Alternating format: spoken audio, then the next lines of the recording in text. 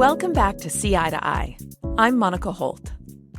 Before the abrupt takeover in February 2025, Deborah Rutter had led the Kennedy Center for nearly 11 years, navigating economic crises, a global pandemic, and the complex politics of running our nation's cultural center. But Deborah, of course, didn't start at the top. She started in third grade, picking up a violin because her teacher said everyone in the class needed to choose their musical instrument. In many ways, that moment is what forever linked her with the music. From Los Angeles Philharmonic to the Seattle Symphony, from the Chicago Symphony Orchestra to the Kennedy Center, and now as the Vice Provost for the Arts at Duke University. Deborah has built a career on a simple principle. The mission comes first. Not the ego, not the optics, but the stewardship of arts for every life. I had the great fortune of working with Deborah and learning from her across my time at the center. I was so grateful that she agreed to share some of that mentorship in an interview live from Capacity Interactive's boot camp this year. So today, we're going to go back to the beginning, how a public school kid from Southern California became one of the most influential arts leaders in America, what it takes to run an organization that does 2,000 performances a year, and what happens when you have to lead through fires, both figurative and quite literal.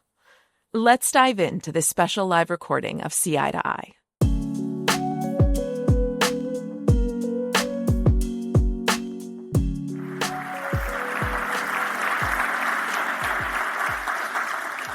Good morning, Deborah. Thank you for being here. I'm going to surmise that all of us know quite a bit about Deborah Rutter and her pretty incredible career trajectory. And I'm not going to surprise you by saying that I have far too many questions for the amount of time allotted. So we're going to jump right in. And we're going to start today by a little bit of what was your entry point into the arts? And was this the career and the life that you envisioned yourself when you were growing up? Good morning. One of the things about talking to a friend that you have known for a number of years is that she has heard every story a million times. They're all good, though. So she knows this story. I grew up in Southern California, where in a public school, I went to public school. I didn't grow up in the public school. I grew up at home. And in the third grade, my teacher opened the cabinet and said, "What instrument will you play?" Not would you like to play, but will you play? It was a part of the curriculum, and I chose the violin. And so I say that is the moment that has brought me here. My family has a love for music, and it has been a part of everybody in the family has been involved in music in one way or another, but not working in it, mostly just appreciating it, enjoying it, supporting it. But that moment of choosing the violin meant that every single decision for the rest of my life was around music. And it led me to where I wanted to go to school, how I wanted to spend my time, and ultimately got me my first job at the Los Angeles Philharmonic. And so from there, that's the story. Is that okay? Was that the story you were expecting? We're doing great so far. When did you first know about a career in arts administration and stewarding the arts? Yeah. So my mother was the volunteer manager of the American Youth Symphony that I was a part of while I was still in high school. And it was through that program that she came to understand there was something called the American Symphony Orchestra League, now the League of American Orchestras. And the manager of the league said, "Well, why is your daughter working at Litton Industries doing inventory when she could work in the arts?" And we really didn't know that there was a career. So that dates me a little bit, as you can tell. And he introduced me to the folks at the LA Philharmonic. So I started working there the summers before my junior year in college. And that's when I realized that you could actually work and have this as a career. And I never looked back. Yeah. Your career through, certainly in classical music and understanding your origin story, if we will, with that, makes a lot of sense. But I think a part of all of that is learning to build an artistic aesthetic alongside your kind of leadership philosophy. How does one start to develop a point of view on the arts? So I think I have some clarity about this now, but I didn't know it that I was doing it at the time. Yeah. And that same seed of interest that took me into making every life decision around music, also led me to be curious about going to performances. And I go to performances all the time.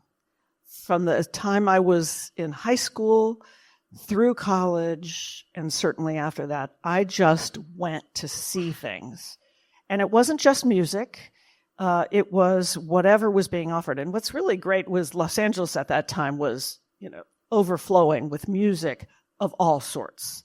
And so I was able to, yes, I heard a lot of classical music, but I heard a lot of jazz. I heard a lot of contemporary music. This is when all of those fantastic bands were young, living in Los Angeles and performing at the Troubadour or in, Universal Studios or the Greek Theater. And I just went to lots of shows. And so I say this to young interns coming into the field and others, which is in order to build your personal taste and your understanding and your ability to evaluate quality, you have to see a lot. It isn't innate. It comes with consuming. It's like you don't really know what great food is until you've eaten a lot of food. And so it's the same with this. And so I loved being at the Kennedy Center because we had absolutely everything. And I could build my skills and my aesthetic skills in some of those art forms that I didn't feel like I knew quite as well as others. But it really just means go, immerse yourself, go, go, go, because you'll never be able to say, well, I think this is a project worth producing, even though maybe we won't sell as many tickets, if you don't know what the quality is and how it compares to what you're doing elsewhere. And so for me to be able to have the larger job that I did meant that I really needed to have a full spectrum and an appreciation for all of the arts. Yeah, I think that's something that you imparted on many folks, certainly me in my earlier days in your tenure at the Kennedy Center. And I really took to heart. And before I took the last position I had, I remember us sitting down, you kind of looking me in the eyes and saying, you're going to be here, almost every night, and making sure that was really what I wanted. It absolutely was, obviously. But as someone who had, previous to my work in the programming team, really been more of a theater kid, focused on maybe theater, a little opera, a little ballet, taking advantage of any opportunity to go see the art is something that you really imparted in me. And also in creating employee programs so that they could have more access to tickets. I know some folks have those programs at their organizations, and I think continue to advocate for that. As you progress throughout your career, how did you balance this kind of openness for new things and learning about new art that was out there with the need for you to be also making decisions about the programming and the quality of that programming that was a known factor? So you all are here at this conference, so you understand the need for analysis and data to make decisions, as well as your aesthetic and mission, passion for the arts. It is, it's always different. And I will tell you that my heart and my very being is that, I want to be able to do everything, and I hate to pass up any really great opportunity. But ultimately, for your institution to be successful long-term, you have to balance the scale of the programming that you offer. And this is where having gotten a business degree for me was very helpful, because I could figure out how to evaluate the financial implications of some of the programming decisions, as well as the aesthetic. And so from a very early time, I was looking at ways in which you could find, those sources of revenues that are higher, that support the programs that may bring in less revenues, and balance that throughout the season. Even when I was at the LA Chamber Orchestra, a small organization that only did 13 programs a year, we were looking at those concerts that where we could have higher program margin to support the ones that were lower, and then figure out through the season what the balance should be. How many of the riskier ones could we take as long as we were balancing it out with the ones that were making more money, as it were. And that is how we've approached it, whether you were doing 13 weeks or 2,000 performances a year. We were always looking at the data to tell us how to make those decisions, and then marry that with the aesthetic. Is this really within our mission, or is this a little too far outside of our mission? That's right. And I think what always impressed me too was that your curiosity about what was out there, your interest in new programs or works that were being developed by artists that were either part of our family or that you had known were out there and wanted to start developing a connection with. It was a very impressive thing for you to be holding space for as you were also running a very large organization. I am wondering, how did you make time to stay curious and engaged in what was next or what was new, when I know, for instance, that your calendar was booked 8 a.m. to ... and in a given day. Plus there were fires, sometimes literal to be put out. So how did you maintain a space for that type of exploration? Well, I think that we all need to understand what is the fuel that makes you run. And for me, it is certainly responsibility was one of those things that just kept me going all the time. I have a big sense of responsibility that keeps me focused. But what regenerates me, refreshes me, excites me is that exploration. So it's really important for me to have those moments to do that. And I need to give in and give over to the time to do that. But I think it's really important for us to understand, when you are in a mission-driven role, which we all are, it's not about counting the minutes that you do what. And that's a hard thing to say, particularly in a world where we really want to think and need to think about work-life balance. So the question always is, to what degree are you getting re-energized by continuing to go to a show? Frankly, sometimes I think, oh my God, I got to go to a show tonight. And then I sit down and I immerse myself in it. And at the end, I'm so grateful that I did. It is important for us to understand that this work is not 9 to 5. You can't expect it to be. And that it is life's work. That's why I love saying art for life's sake, for a variety of different reasons, both the one that says you immerse yourself in this because it is your life. I hope you're okay with that. But also that it will make your life so much better. And so for me, it is about evaluating, week to week, month to month, to make sure that I'm having enough that fuels me. So, for instance, I've only been on my job for 2 months, and I realized about a month in that I was just about to miss going to see Mason Bate and Jean Shearer's and Bartlett Sher's new opera, The Amazing Adventures of Cavalier and Clay. And I looked at the week and I looked at the schedule and I said, oh my God, really? Am I going to fly up on Thursday afternoon and come home Friday morning because I have to be here in Durham, la, la, la. And I did because I cared about them and I really wanted to see this and I'd been following it. And it was the best thing I'd done artistically all month because it took me to another place. It made me start thinking about the story it was telling, how it was using it, what the ingredients were. And so you don't always know, but you have to give in and be smart about sort of refueling the tank, even when it doesn't always seem like the right thing to do. Does that make sense? Yeah, I'm glad you talked about that. I think the arts as a lifestyle is such a key phrase. We both get the question a lot about work-life balance.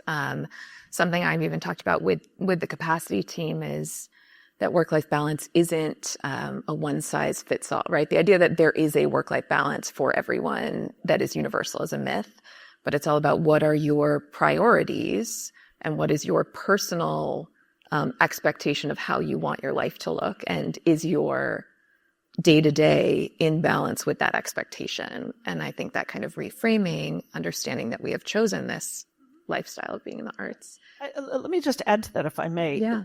I have a 27-year-old daughter, and she was... Shout out to Jillian. Yeah. No. Yeah. My great. daughter has decided that all of my friends are her friends. Plus all of her friends as well that are not my friends. But I essentially was a single mom most of that time because her father lived in another city, and my husband, while she was in the 5 to now age, lived in another city. I figured out while she was in school how to be as present for her as I possibly could. But it meant that I didn't do other things. I worked and I was a mom. And for those 15, 17 years, that was what I did. And in the time before that and the time after that, I had my other social life, the other things I got to do. But I figured out how to do it. It doesn't mean that you don't do stuff. These are all personal decisions. And there is a way to be able to do that. Yeah, that's right. So in 2014, you became the president of the Kennedy Center, first female president of the Kennedy Center. I would say this was not just another CEO job. You had successfully, been the head of organization for the Chicago Symphony Orchestra, for Seattle Symphony. But what did it feel like to take on that mantle in that moment? Or what even was the process like? So this is where Monica Holt and I are very different. Uh-oh. She is analytical, thoughtful, process-oriented. It just really goes through all the pros and cons.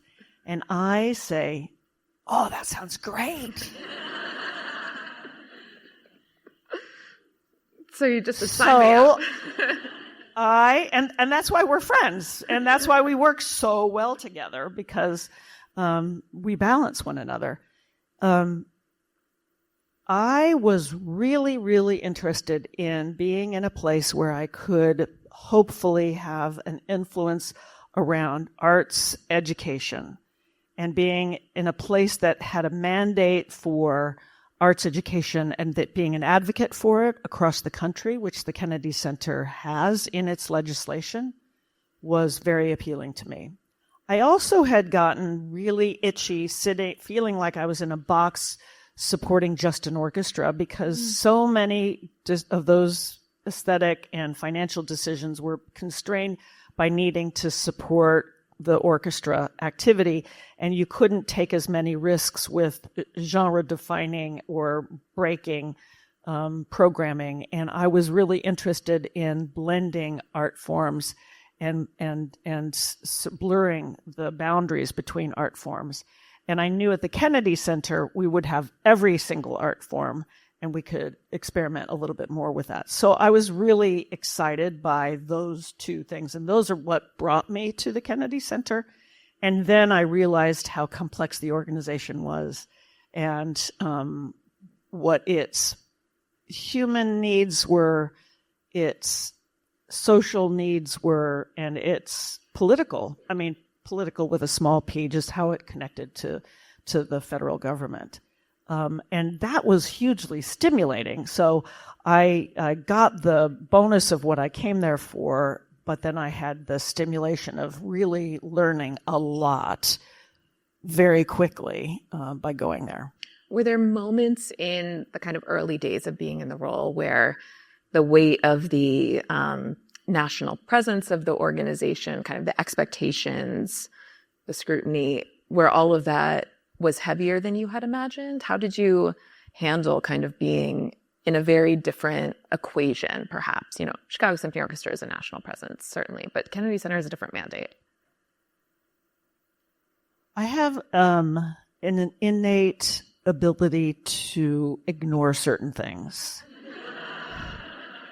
So I was more worried about the organizational structure, because the organizational structure that I inherited was a little looser than I needed, because I needed to have some greater leverage points and more financial analysis and more support for the staff than the organization had when I inherited it. That was excellent. Very good. And also very true. So I was, because when you start a job in September, it's hard because you're already in the budget process and the planning process for the next season, but you've barely even started your own season and you're still trying to figure stuff out, which guess what? I'm doing that right now. And so I, focused so much on what was going on inside that beautiful white box rather than worrying about what was happening outside of it. And every time I went outside of it, I was like, oh, that's fun. That's interesting. Ha ha ha. It was a little bit of an easier time. It was at the end of the Obama administration. And so there was a sense that we knew how to work with the White House and the administration, we, the Kennedy Center, because there's a huge amount of engagement between Congress and the administration and the Kennedy Center. And because we were at the end of an 8-year term, we still had a couple of years, there was a little bit of a sense of, let's just keep the railroads running on time so that I really could focus internally. But I really wanted to make sure that the organization was healthy and had the capacity collectively to achieve its full potential. That makes sense. I've said this to others before. I still remember when they brought you on stage in the Terrace Theater, introduced you, the staff was very excited that you were coming there. But then I think the question on everyone's mind, Michael had been there a long time. Not that he had been there a long time. And a lot of folks in the organization hadn't experienced. What is it like to have a new CEO, president come in? And so how does that onboarding work? You've done it at several different organizations. Was there anything different about the Kennedy Center, given that you just said, you were focusing internally? That sounds like a muscle you had exercised before. Onboarding of CEOs is lousy broadly. Oh, okay. Because you don't have a boss to ask for questions. Yeah. And sometimes the people around you have all the information you need, and sometimes it's hidden in that ex-CEO's email that you don't have access to any longer. So it is confusing, and I think it's really important. I've had a lot of really good guidance and support from my new team, where they give me information, they feed me what they know I'm going to be, that they know I need, but it's also so new that sometimes it takes me a little while to actually understand it. In fact, I said we had a meeting on Monday, I said, I think I'm beginning to get the fact that you have given me this information and now I'm finally understanding it. So layering information. In an organization like the Kennedy Center, it was so complex that it took me quite a long time to be able to understand, because it's a federal agency for the building and then it's a nonprofit for all the activity associated with it. And so you live actually by two different types of financial guidelines and reporting and decision-making guidelines. And when you are doing literally 2,000 performances a year, it's coming really, really, really fast. And how do you make those decisions so you don't have the ability to gather 15 people together and say, that concert in 3 weeks is not selling so well. Well, guess what? We have, 25 concerts next week that aren't selling well. What are we going to do about it? So I think coming into a new organization for anybody, you have to give yourself a little bit of space for the learning, even when things are happening immediately. And how should we say this? Give yourself grace for the time to learn, and give others grace for and for the fact that you're new and they don't know how to interact with you as well. And this is true in any role at any level. And it's not always for you to judge. You know, if you have a brand new boss and they expect this, the question is, how do you, with grace, say, I still don't understand. I need some more time to figure this out. But when I came to the Kennedy Center, there was an expectation that I would have a new vision for the Kennedy Center. And what was interesting was that there were a number of projects that really needed immediate decisions. And I used that as an opportunity to say to my colleagues, okay, we got to sit down together because I don't understand how this is going to get done, and you need to help me figure it out. And it was probably the smartest thing because it immediately bonded us together in decision-making for the future of the Kennedy Center. Yeah. Should I tell that story? Is the Reach story? Is it okay? Yeah, okay. I think so. So I'm sure there are people in this room who have heard me tell this story before. But when I was appointed in December of 13, I wasn't starting until September of 14. But in February of 14, I was asked to sign off on the 50% design drawings for the new expansion at the Kennedy Center. I'm like, I don't know anything about this project. I'd been told it was all done and that they had raised almost all the money and I shouldn't have to worry about it at all. So I said, okay, to the staff, give me the program for what we're designing. And they gave me a piece of paper and it had room sizes. That was it. It was like, this room will be this size, this room will be this size, we need these. I said, okay, well, that's nice. Now I know the size of the rooms. But, like, why are we doing it? And they said, oh, that's the description. So I met with the architects, and they had some really beautiful ideas. Essentially, it was their building, not the building that we at the Kennedy Center had asked for.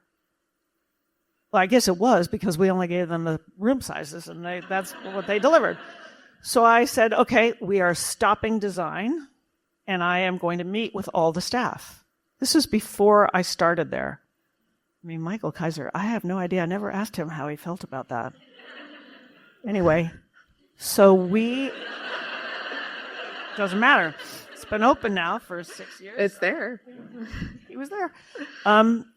So I had, 3 or 4 meetings, and we gathered the artistic programming staff, key leaders in marketing and development, production, special events, anybody else?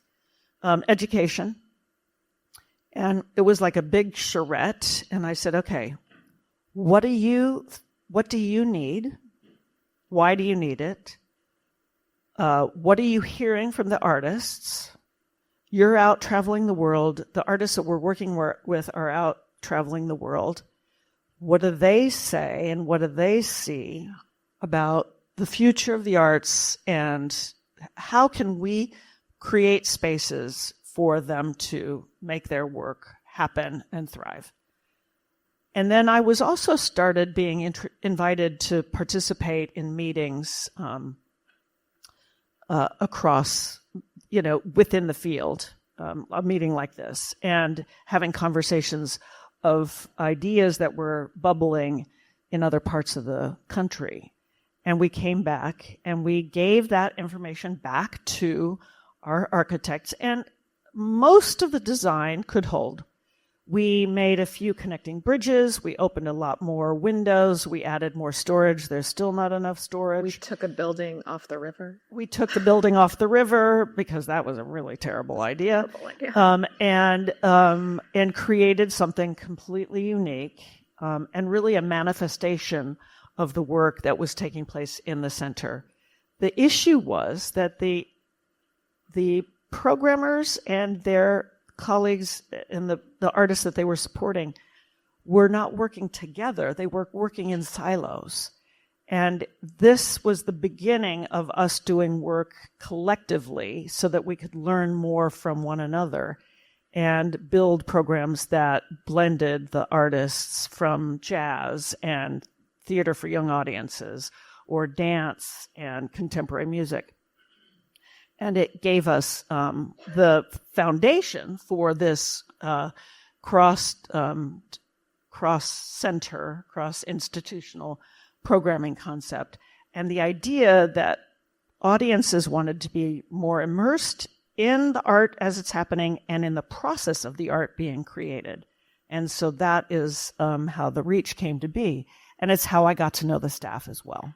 I think that's right. I think it was transformational in how the center wanted to operate, and also the Reach spaces then became used for all of this cross-pollination. I mean, some of our favorite Reach memories in its short life since it opened in the fall of 2019 was the summers, where you would have education institutes of all genres happening in that space, along with professionals coming in, and you'd see this cross-pollination in a very porous place where audiences could walk through. It was a remarkable project. It taught us all a lot. You've also led through major periods of disruption at the Kennedy Center and elsewhere: economic disruption, global health crisis, political disruption. What is your framework for distinguishing when that type of disruption calls for a radical change in approach versus kind of steadying the ships and staying the course? So I have a propensity to action, which is why it's very useful to have friends like Monica who says, okay, I know you want to do something. Let's just talk about this a little bit longer. But part of the propensity to action is about responding to demonstrating to those who are concerned about what's happening that I am actually doing something about this. And because if I needed to think, but there was a fire going on over there, you would say, what the hell is she doing? Why is she thinking instead of putting out the fire? So it is a very delicate blend of knowing when to act and when to step back and contemplate. And almost everything, even a fire, we have a good fire story, believe it or not. I don't think it's been told ever. Okay, we will. Okay. Or remember the air conditioning going out? That was No, that's trauma. Even worse. That's not fun. That was the first run of Hamilton. Yeah, exactly. It was terrible. It's not So there is always, in every single crisis, there is a moment for demonstrating action and reflection before you go too far, so that you make the right decisions. And it's like if there's a fire, the first thing you need to do is, put the fire out. But if it is the Great Recession, and so in 2007 and 2008, it was watching what was happening from a financial perspective and figuring out what you needed to do in the immediate term, near term, medium, as time went on, and making the adjustments that were both visible so that people knew you were doing something about it, and doing long-term planning. And I'm sure that when I think back on the Great Recession, which was really devastating, because it happened there was a lead up to it, and we were paying close attention to the lead up, and then there was the action, and then the increasingly horrific action of the stock market and the economy declining. And I was obsessively checking the stock market like every 20 minutes because I just would like, what is happening to us? But you couldn't make an immediate decision because of the planning cycle that you're in. But you can make decisions about how to talk to your people, how to engage with your broader community, and respond over a period of time. And of course, at that time, we needed to make some pretty significant pretty significant decisions that were financially related. And then ultimately a lot of really long-term financial decisions.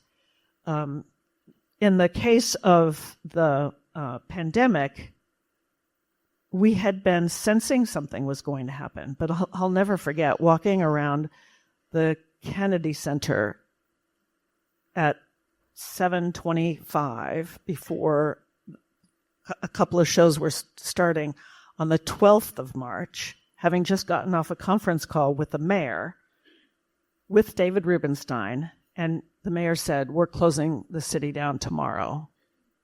And David and I were walking around the Kennedy Center looking at all these people walking into shows. And we're like, OMG. And they don't even know what's about to happen tomorrow. It was pretty terrifying. Surreal. The key is trying to figure out how to balance your own anxiety, concerns, and thinking what is necessary for the immediate term and the long term. And I will say that as a mission-driven person, it has always been easier for me to flip into the mode that says, what is going to be important for the mission of our institution long term? And how do I make decisions that are compassionate and appropriate for our people while we also think about what the mission is for the long term? Yeah. I mean, there are times when you're looking at long scale impacts like that. But since we said we would tell the fire story, there are also times where you take action pretty quickly and have a real show must go on mentality. The quick version of the fire story is that at the Kennedy Center, there are theaters upstairs on the terrace level, and there are theaters on the grand foyer level. And the terrace theater happens to be above the Opera House. The theater lab happens to be above the Opera House. How quickly I forget. And there was a pretty small backstage fire on a Saturday morning in the theater lab. And what puts out fire, but a really excellent water distribution system. But what happens when those sprinklers all go off in the theater above the Opera House is that you no longer have a fire problem, you have a flood problem.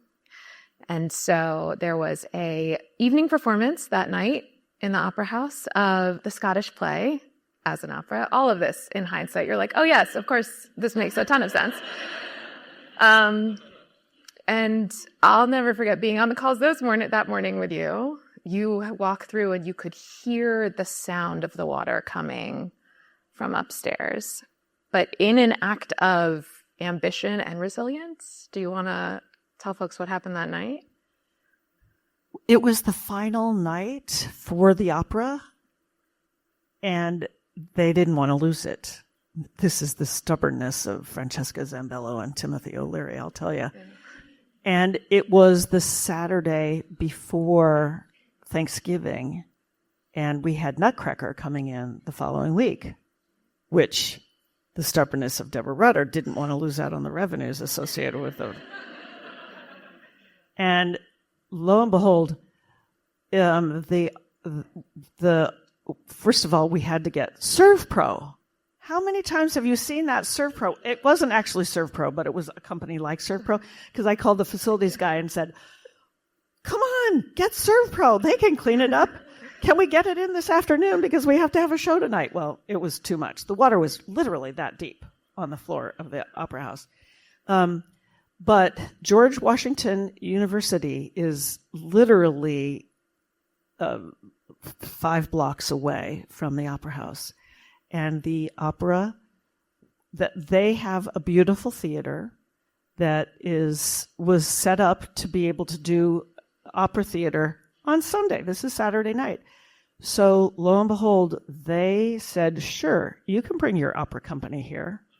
The opera, and this is all at 2:00 in the afternoon, because we didn't decide that we couldn't open the theater until about 2:00 in the afternoon. They moved all of the orchestra, all of the cast, all of the chorus, and all of the costumes over to Listener Auditorium, which is at GW, and they hired shuttle buses. They did a mass communication to everybody who had a ticket and said, park at the Kennedy Center and get on the shuttle bus and we'll take you over to Listener Auditorium. And, or park at Listener if you want, and come on in. And you know what? It was stunning. Absolutely stunning. Yeah. Performance went off without a hitch. I got there really early because I thought there would be a lot of people complaining and griping and blah, blah, blah, blah. Everybody's waiting for the show to start. Really? Absolutely fabulous. And, this is the story that goes into the books because it is all about the show must go on, because they just didn't want to give up on the last show of this run.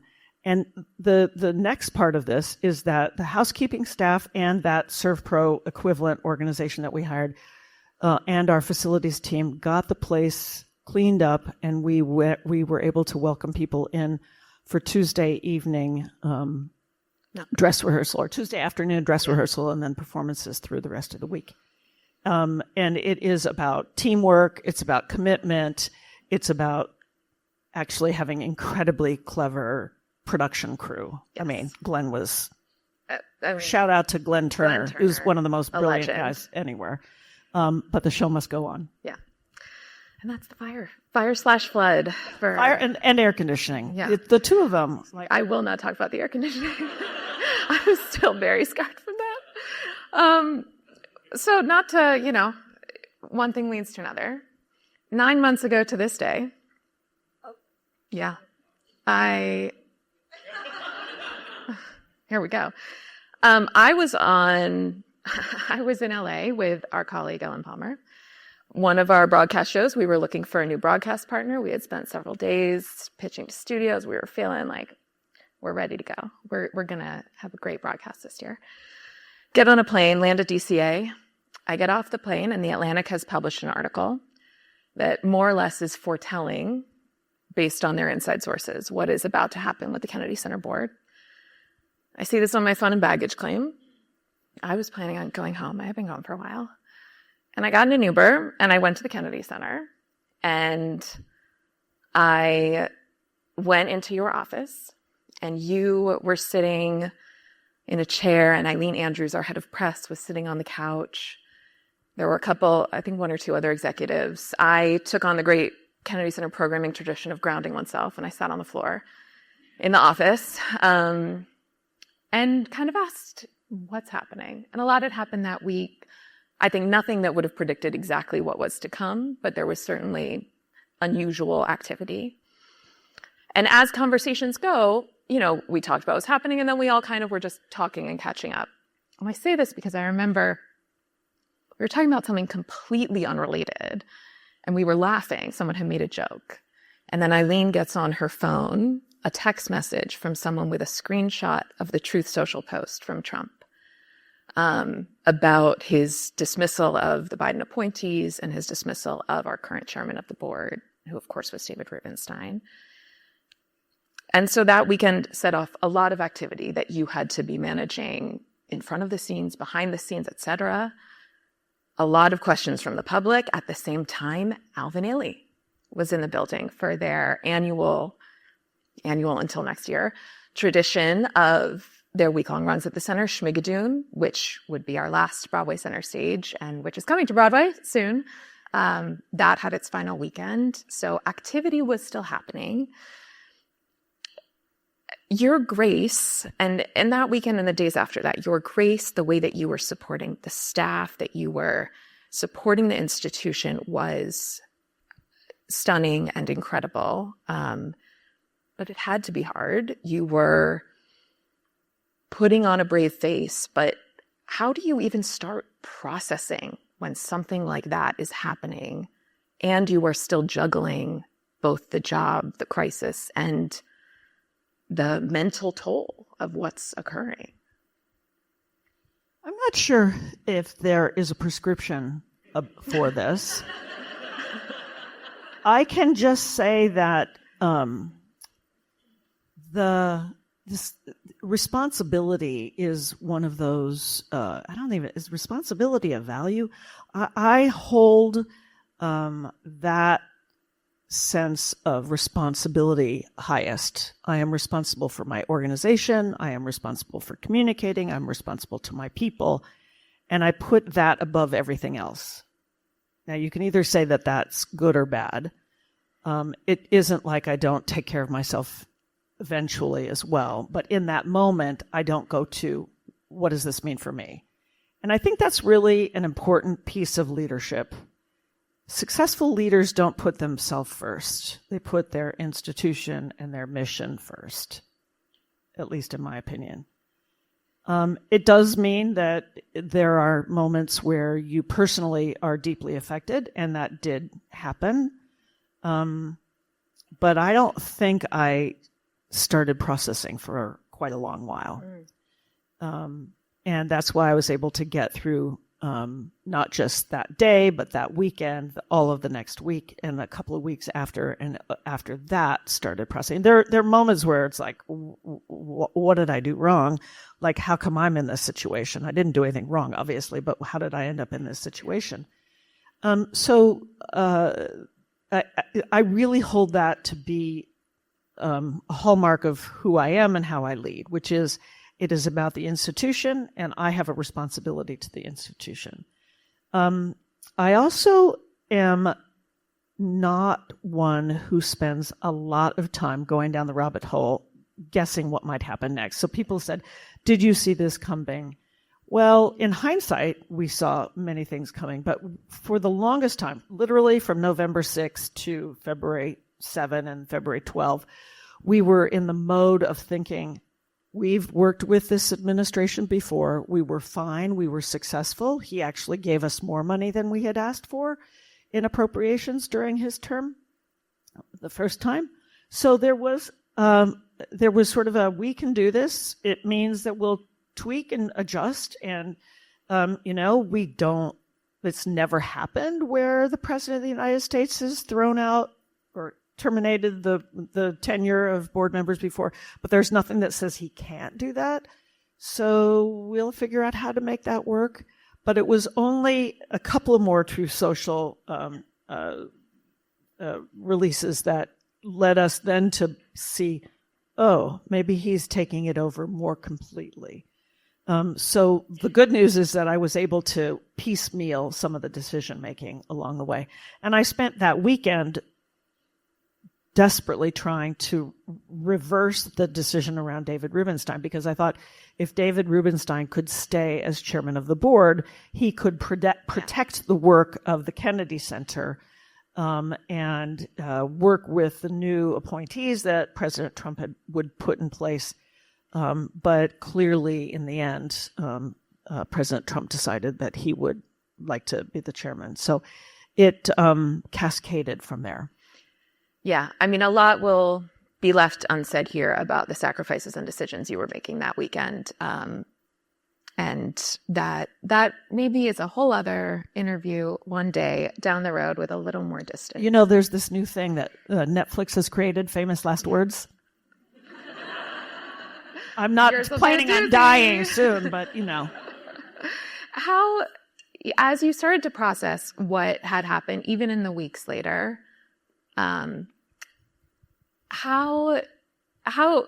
do you maintain a sense of your purpose and identity after years of pouring it into an organization that had such global purpose? How do you start to reconcile with that? I mean, this certainly was a dramatic and unexpected twist, but I imagine also leaving any other role, your 11-year tenure myth of all of your previous roles. What is that transition like, and how did you think about that? Well, whenever I made a transition from one job to the next job, I had the anticipation of the new role to look forward to. And in the time prior to coming to the Kennedy Center, I actually had tried to build 3 months into time off, and I worked half time for the Kennedy Center during that time. But this one was different, of course. And again, to this day, each hour seems to unfold with new information. And so I think I might not know for a couple years really how I'm processing it. Yeah, that's fair. The good news is that some work that you and I had started at the Kennedy Center around the role an organization can play at advocating for art in adjacent or integrated or in support or leading other activities in every other parts of our life is something that I am able now to do at Duke, and it's very exciting. So in addition to the programming that we offer, in addition to the activities that we support on campus with students and faculty, we're also exploring ways to integrate the arts departmentally. And so I'm able to immerse myself in the work that we had really collectively been active in pursuing around art and well-being, art and climate, art and technology, art and social justice, et cetera. And there's a lot of enthusiasm, mostly because Duke is a hugely interdisciplinary university, and everybody thinks that way anyway. So it's been really wonderful. So I've been able to put all of that other less pleasant stuff in a box somewhere in the back of my brain or in my heart somewhere, and we'll find out if I'm processing it by being in another world, or if I'm processing it, or grief is not something that necessarily goes away. And there have been plenty of, I'm really looking forward to 2026 so that it's no longer 2025. There are a lot of not great things have happened in 2025. And I think that understanding and processing, what's the better word than processing? Acknowledging the grief of the loss of so many things in this year, and especially this work. Because the thing about the Kennedy Center is that you all see the activities that we did, but we all felt how we did it. And our loss is of course some of the things that we did, but our loss is how we did it and how we connected to one another. And we are actually more aware of that piece now that it's been ripped away from us. And that's the part that's harder to face and think about. Yes. Reflect and joy with me for a minute. And you're going to be mad that I'm asking. Do you have a favorite memory or something you're most proud of from the Kennedy Center? It's like choosing a favorite child, I know. Well, those are two different questions. Great. Okay. So there are like millions and millions of memories that I don't know that there's a repository of any one person or way to describe them, because there's I think one of the happiest moments was during the Reach opening festival. Do you remember when we had I remember all of it. Yeah, I know. But do you remember the night when we were doing hula dancing on the stage? The team did a brilliant job of the broadest particular programming you could ever had. And we had indigenous people, we had Broadway stars, we had Beyonce's choreographer teaching dance, we had ballroom dancing for seniors, we had a gigantic pigeon from Mo Willems. We had absolutely everything. But there was this one night, it was at sunset, and we had hula dancing on the outdoor stage. Beautiful. And it was packed with people, and some people were standing and dancing too. And in the Reach rooms themselves, there was a lot going on as well. And it's one of those things, because I'm very much an outdoor person, and to be able to sit outside on that beautiful September day That was pretty magical, as I recall. There's also a funny story, which is we did not have a Kennedy Center Honors in December of 20, but we had an honors in May of 21. And it was much smaller. We did it outside under a tent, but we had Garth Brooks, Joan Baez, Midori, Debbie Allen, and Is it Dick Van Dyke? Dick Van Dyke. Like, it was crazy. It was one of the best ones. One of the best ones. And because anyway. But there's this tradition where you go to the White House to receive your medallion, to be congratulated by the President of the United States. You actually receive your medallion from David Rubenstein, and it's really from the Kennedy Center. But we went to the White House still to do this, and we all had to be tested. And it was only 2 people. So David Rubenstein and I were 2. And then Garth Brooks and Trisha Yearwood, and, everybody had their +1. And Joe Biden, bless his heart, was delayed. This is something that happened a lot. And we were hanging out. So it was 12 of us, those 5 +1, plus David and myself. And they were joking around. And Garth Brooks was sort of in the corner because he knew the others less well. And the others all kind of felt comfortable or knew one another or something. But Joan Baez, God bless her, started singing.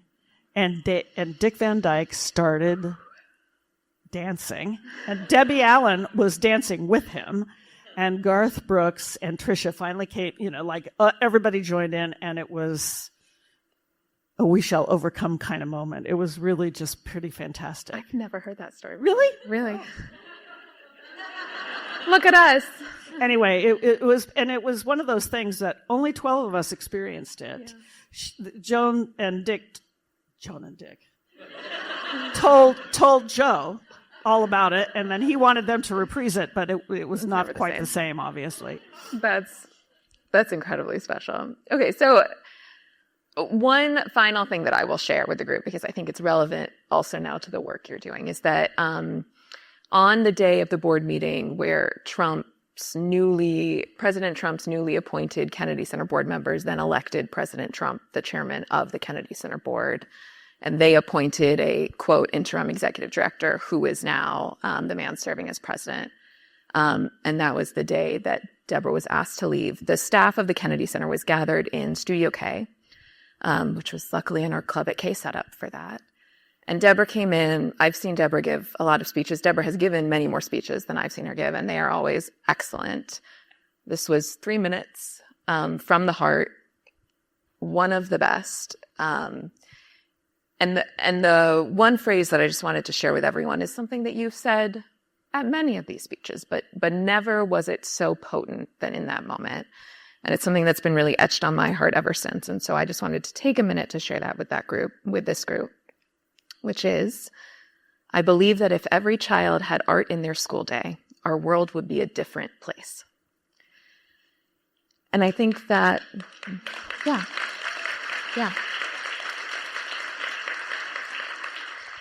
And I think that holds true for all of us these days and the work that we're doing. But I also think, as we watch you move into the education space, and you started this conversation talking about the importance of arts education, certainly we normally think of that in a kind of elementary school education, and that's where a lot of that sentiment comes from. But you're redirecting your energy into something that has critical importance and tentacles out back into that education system that we know the arts has such an important role to play in, from early childhood development to career trajectory.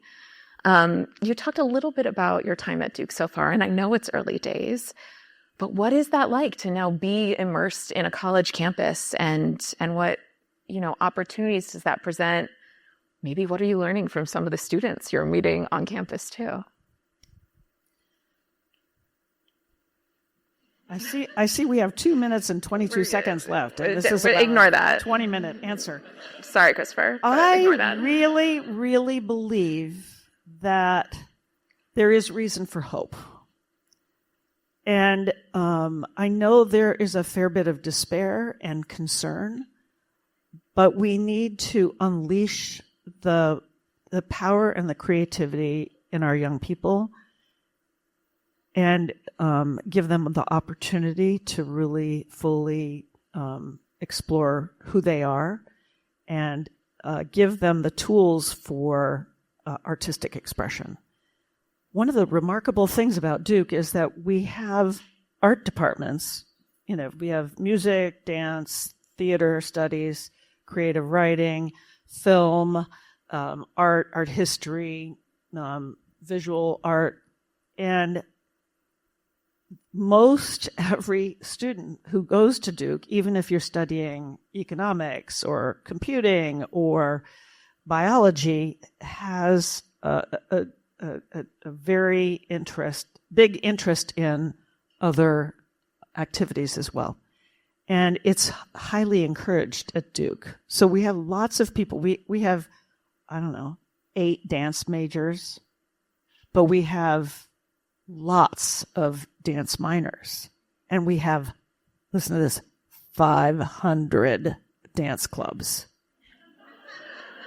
I said, are you sure it's 500, not 100? 500 dance clubs. Wow. So I am excited to help support and uplift the departments, even though that's not really my responsibility, but to do so to support the young people having access and engagement with artistic activity. And my job is to try and figure out how to make all of the artistic activities that take place across campus more, because rather than the individual pieces, all of them together, and making it more apparent and providing those greater opportunities for students to engage so that they understand their world even more so by having art as a central piece of the learning process, not just something that they do on the weekend or, as a workshop here. So I'm not sure how long it takes or if it can happen, but that's my opportunity. And that's what I'm getting the feedback from the students as well. Yeah, I know there are some exciting things that you're looking forward to in the future. And I don't want to, get too deep into that because I'll just have to have an excuse to have you back so that you can talk about everything happening at Duke. But I think we're all really excited to watch how your role there continues to set an example for so many of us about how the arts are integral within all of the systems that are impacting our lives today. So we are at time. I told you I had too many questions. But I can't let you leave without our final question, our see eye to eye moment, which is if you could broadcast one message to arts organizations across the states, around the world, to their staff and boards and artists, what would that message be today? Artists, their art, their creations, and the organizations that support them are the most important piece of our society today. We and we collectively are telling the story of who we are right now. We're holding the mirror up to society, telling the story of who we are today. Do not back off. Do not shy away. Be strong. Be honest. Be humble. But do not back off. It is really important for our artists to continue to express themselves and create their art. And it is our jobs to support them in a safe and encouraging environment. Thank you so much.